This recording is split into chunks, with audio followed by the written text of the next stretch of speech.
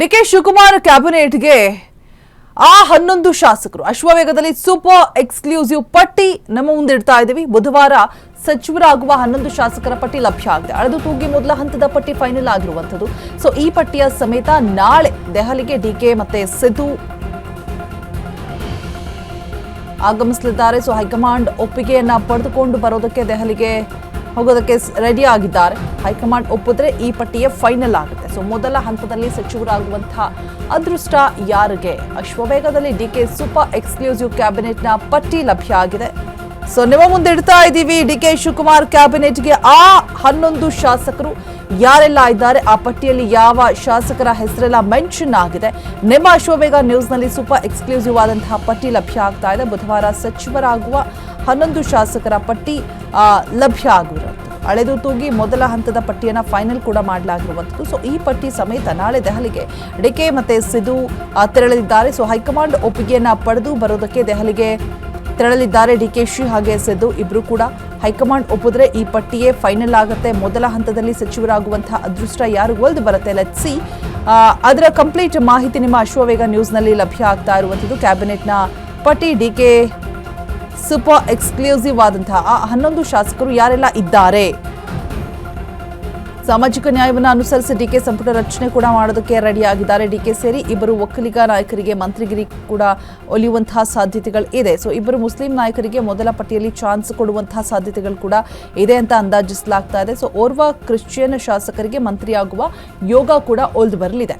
DK Shivakumar ಕ್ಯಾಬಿನೆಟ್ಗೆ 11 ಜನ ಶಾಸಕರು ಯಾರೆಲ್ಲ ಇರ್ತಾರೆ ಅನ್ನುವಂತಹ ಒಂದು ಪಟ್ಟಿ ರೆಡಿ ಆಗಿದೆ. ದೆಹಲಿಗೆ ತೆರಳಿಬಿಟ್ಟು ಡಿಕೆ ಶಿವಕುಮಾರ್ ಹಾಗೆ ಸಿದ್ದರಾಮಯ್ಯ ಅದಾದ ನಂತರ ಅಲ್ಲಿ ಒಂದಷ್ಟು ಮಾತುಕತೆ ಚರ್ಚೆಯನ್ನ ಮಾಡಿ ಸೊ ಓವರ್ ಆಲ್ ಆಗಿ 11:11:11 ಆ ಒಂದು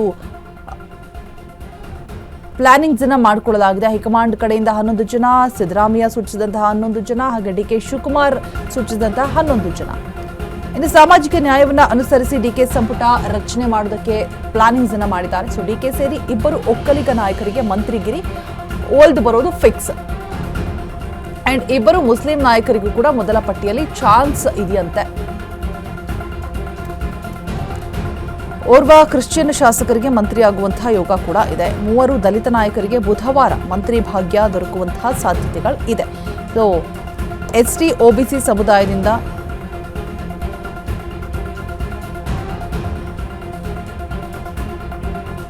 ಒಬಿಸಿ ಮತ್ತೆ ಸಮುದಾಯದಿಂದ ತಲಾ ಒಬ್ಬರಿಗೆ ಮಿನಿಸ್ಟರ್ ಗಿರಿ ಎಸ್ಟಿ ಮತ್ತೆ ಒಬಿಸಿ ಕಡೆಯಿಂದ. ಲಿಂಗಾಯತ ಸಮುದಾಯದ ಇಬ್ಬರು ಪ್ರಭಾವಿಗಳಿಗೆ ಮಂತ್ರಿ ಯೋಗ.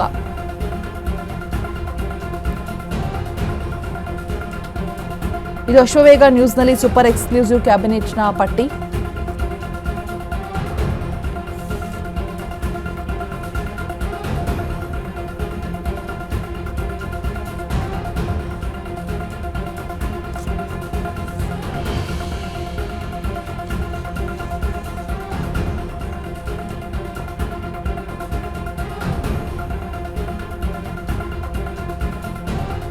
ಮೂವರು ದಲಿತ ನಾಯಕರಿಗೆ ಬುಧವಾರ ಮಂತ್ರಿ ಭಾಗ್ಯ ಒಲ್ದು ಬರುತ್ತಾ? ಹಾಗಾದ್ರೆ ಎಸ್ಟಿ ಒಬಿಸಿ ಸಮುದಾಯದಿಂದ ತಲಾ ಒಬ್ಬರಿಗೆ ಮಿನಿಸ್ಟರ್ ಗಿರಿ ದಕ್ಕುವಂತಹ ಸಾಧ್ಯತೆಗಳು ಇದೆ.